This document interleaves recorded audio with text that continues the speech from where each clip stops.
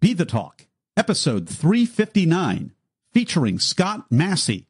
Welcome to BeTheTalk. We go behind the talk 7 days a week for tips and techniques to help you change the world. I'm Nathan Eckel, and a talker myself. I'm interviewing others who change the world with their talk. You can too, even if you've never given a talk before. Let's get started with today's show. We are live with Scott Massey. Scott, are you ready to talk? I am. Thank you for having me.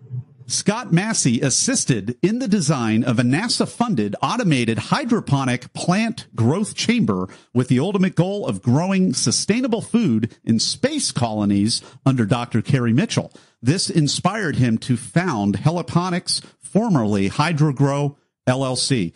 Scott Massey, welcome to the talk. Yeah, thank you. It's a pleasure to be here. Your talk is called Revolutionizing Agriculture with Household Appliances.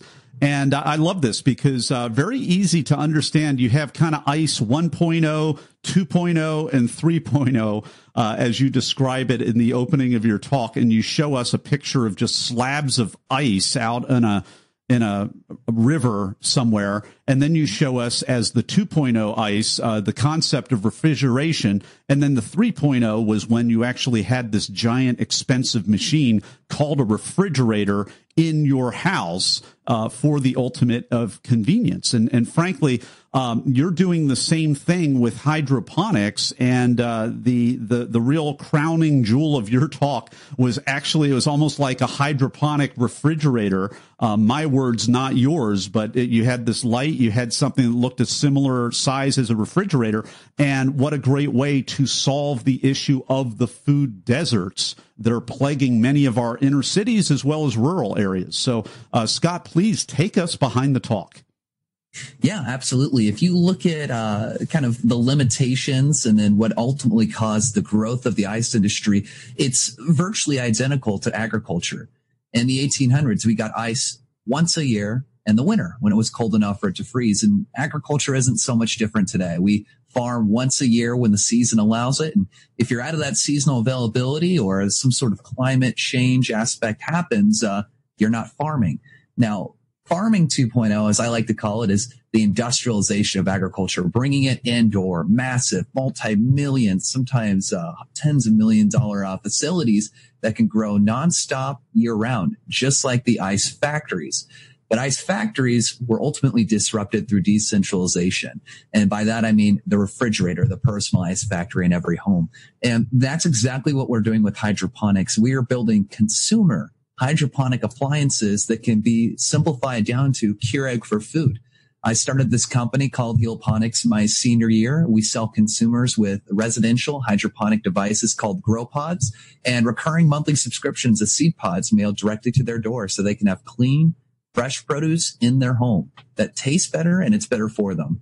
Well, this is interesting because I remember this is probably about 8 years ago. I actually got one of these kits, and it was I think it was about $50 or $70, and I had those little pods, and I put them in, and we grew a couple of heads of lettuce, maybe, and then it just kind of didn't work quite as well anymore. And again, this was 8 years ago, so this isn't super new, but it is becoming much more quality controlled, and I'm sure the bugs are bugged out of it to a much higher degree. I've actually been able to tour some of these indoor greenhouses, hydroponic farms. I've seen it. I know the climate control breakthroughs and the water drip irrigation breakthroughs are a lot more than they used to be. And I have a little bit of familiarity, probably enough to get myself in trouble. So, Scott, what I'd love, that's kind of my layman's evaluation of really the last 8 or 9 years. What would you say to that? And what do you think that the last 8 or 9 years look like from your vantage point? And then what are we looking at maybe 5 years from now? Will we have one of these machines in our homes that are going to be a lot more available maybe 5 years from now? Yeah, it's actually happening now, so a lot sooner than later. And I think you could almost describe the last 10 years as kind of a shakeout period. you just now have LEDs and microcontrollers becoming cheap enough that if you wanted to produce a device that was IoT enabled, meaning it's connected to the internet at scale, Internet of really Things, just IoT, about now been possible to do so. And I'm very glad you brought up your own experience with the consumer residential desktop units. And those kind of fall into the same camp as the bread makers of the world. Every Christmas, bread makers sell out like crazy. And if you look at the projections of these companies, it's $1 billion market opportunity, each one of them, because they predict this massive subscription recurring revenue. But what they don't account for is people getting tired of it requiring almost more labor than it would to just go to the grocery store and putting it in your closet and probably never touching it again a few months later. What we have here is kind of the culmination of both small, a dishwasher sized appliance, but that's still able to yield a full head of greens on a daily basis. So it's kind of the small usefulness, kind of intersection, finally making this available for the first time. A full head of greens on a daily basis? Yes, sir. I heard that correctly. Yeah, through our utility patent, we are able to hold 50 plants inside of our device. If you span the growth cycle of about 30 days over those ports, as long as you're replacing one pod for every head that you're harvesting, you will have a daily harvest every day in your home. So I'm going to go from pod to pod, maybe harvest a leaf every day, that kind of thing, or does it work differently? A full head of lettuce, full head of spinach. I mean, lunch and dinner taken care of, at least for myself. I'm not vegan, but I eat like one. Yeah.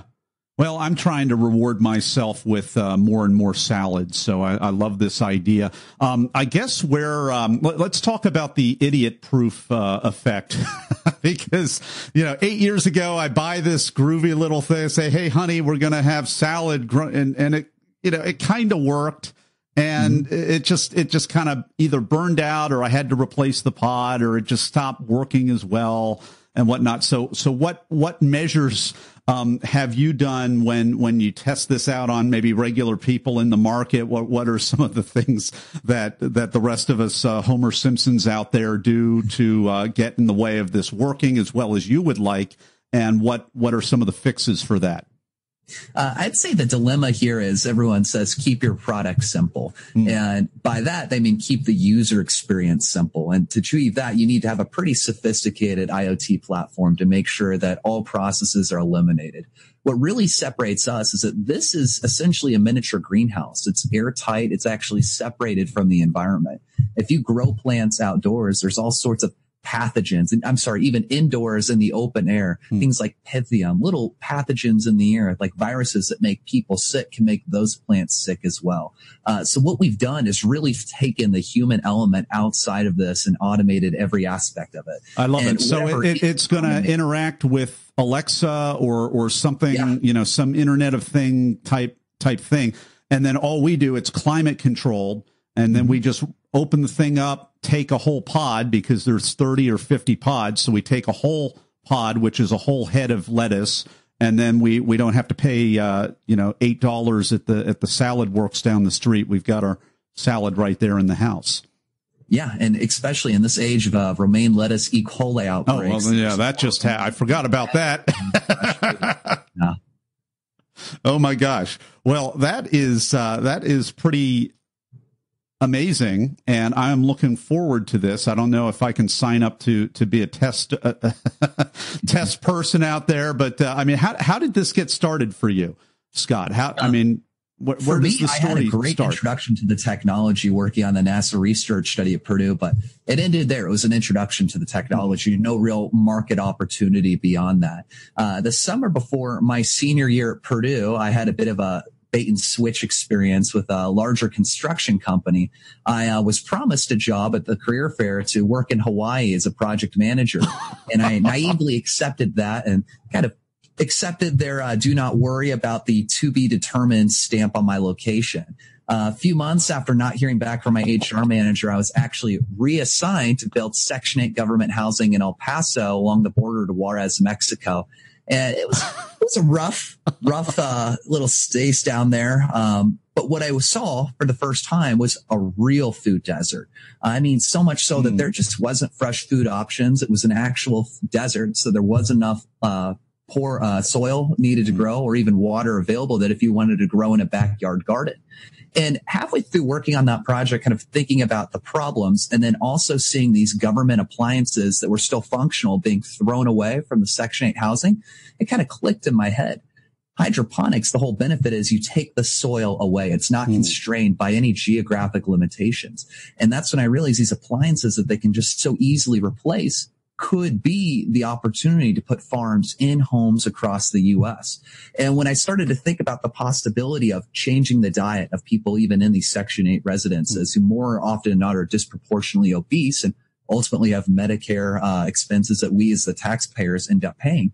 If we could just turn the obesity diet around and give them the fresh produce that they need, if we could prevent obesity-related health complications, a device like this would pay for itself in months, if you look at how much people are paying for healthcare. And it's only getting more expensive. It's outrageous. Talk Universe, I want you to listen to what Scott's done, because I mean, this is fascinating, because this is the ultimate lemons to lemonade. The guy thought he was building homes in Hawaii and didn't quite work out that way. And all of the challenges just in the environment that you saw, it's really fascinating to look and see what you took from your own experience and just practical problems and challenges, and you are solving every single one of those right here, right now. Do you ever look back and just, I mean, were you trying to do the best with the cards that you were dealt, or did it just work that way, or did you wake up one day and realize how it all clicked together? Yeah, before that summer, I wasn't really set out on construction. I applied to almost every major vertical farm in the U.S. and was rejected. And it kind of disappointed me to see that. And I found out that these farms have reduced agricultural energy rates. They pay about 90% less for energy. And when you have indoor lights, pumps, their energy bill is insanely high. Without these subsidies, many of these farms would be very little or not profitable at all. So I think the realization that it needed to be broken up and there needed to be a new innovative design that we could at least patent that would reduce the energy kind of gave me the right environment and the drive to get myself out of that environment to really found the company. Well, we've been enjoying this conversation with Scott Massey. His talk is called Revolutionizing Agriculture with Household Appliances. And we're going to pivot over to you now, Talk Universe, because it is time in just a moment for the Blitz Round. Hey, Talk Universe. I hope you've been enjoying today's episode with today's guest. But you know what? Many people want more than that. Many people that listen to Be the Talk actually want to give a talk. And if that's you, you're not alone. Listen to the rest of this podcast. At the end, I'll have a free resource for you just for listening. And we're back with Scott Massey. It is time for the Blitz Round. I'm going to ask Scott a series of either or questions related to the preparation and performance of his recent talk. Scott, are you ready to go? I am. First question, were you invited to speak or did you apply? I was invited. Are you a memorizer, improviser, or blender? Blender. How did that serve you? Pretty well, I thought. I'm not the type that I really want to stick to a script. I like being able to at least gauge an audience reactions. People are surprisingly good at displaying confusion or some sort of facial reaction if you don't say something right and need to repeat yourself. And I think it's very important you're able to pivot and adapt to these different environments and audiences. Yeah. Well, what is a tip, tool, or technique that helped you? Slowing down, realizing that every person in the audience is just as equal as the people in the first row. That if you need to pause, that's fine. It actually helps deliver a point probably with even more, I would say, force, and the audience probably resonates with it a lot better. And it's awkward to practice the pause, yet it makes a big difference when you do it. Did you find that you had to kind of check yourself and force yourself to kind of unlearn the normal way that you would speak and actually pause purposefully and practice that and nail it on stage? I was really fortunate to have great coaches that prepped me for this environment. I'm the type that if I'm ever a little nervous or want to end a talk sooner, I'll talk a lot faster. And people have a tendency to just kind of nod and not really, yes, I understand what you're saying, but yes, you're talking pretty fast. And I think just learning to slow down was probably one of the best keys I had taught to me. Scott, were you an opener? Were you a closer, or were you in between? I think it was right in between. There's about 9 talks that day. It was a pretty full day. Yeah. Well, what advice do you have for other people kind of in the middle of the sandwich there? For me, as someone who was starting a business and had done a lot of business pitches before that and kind of anticipated it to be something similar to that, take the business out of it for a second. Don't worry about the margins. Don't worry about the bottom line. Just focus on the why. Who are you and why are you doing this? And I think just being able to hit that kind of core value of who and what you're doing will really resonate with just the average person. Because to be honest, the business pitch really is kind of boring when you talk to normal people, when you start talking about numbers at the end of the day. What was the most unexpected, strange, or just plain weird thing that happened during or right before your talk? I'd say I wasn't really expecting to have made as such good of friends with the other TEDx speakers as I did. We spent a great amount of time with each other before and after the talk. It was a bit of a whole week set up by Wabash College, and I had a great time, and I really wasn't expecting it to be that much fun. Definitely is. And we've been enjoying a very fun conversation with Scott Massey. His talk is called Revolutionizing Agriculture with Household Appliances. You can go to our show notes page if you don't want to type all that into YouTube, and we will have a link so that you can watch this thing. You want to see these appliances and gizmos that he is coming up with, and they're going to revolutionize our lives in just a short amount of time. You can also go to his website at Heliponixâ.com, Heliponix, Heliponix.com, and we will have a link to Heliponix.com on the website as well. And we were going to be right back in just a moment for Scott Massey's final word of advice. Hey, Talk Universe, I hope you enjoyed today's episode. And if you want to give the talk to change the world, but you don't know how or even where to start, no problem at all. Go to BeTheTalk.com/get accepted for my new 5-day email course that'll show you how. Absolutely free. Just go to BeTheTalk.com/get accepted. And we're back. It's time for the final word of advice from Scott Massey. What is it? Do not ask permission. I asked a lot of people if this was a good idea, and I had a lot of people say, yeah, sure. And a lot of people say, what? No, absolutely not. And I think so many people are biased by their own perspectives or what they consider the limitations of technologies at a time, that what I wanted to create was not technologically possible yet, that I, as an engineer, had a lot of design work to do to bring this forward. And had I asked people permission, should I be doing this? Am I doing this right? How would you do it? Every step of the way, although it's important to get that feedback, should not be defining on whether or not you're willing to take a leap and start your own company and business. Because if you look for people to say it's a bad idea, you will find people who will tell you it's a bad idea. Well, Scott Massey, thank you so much for carving out time in your busy schedule to come on the talk today and share your wisdom with Talk Universe. Thank you for having me. Thanks for listening to Be the Talk. For tips and resources to help you change the world, go to BeTheTalk.com. See you tomorrow.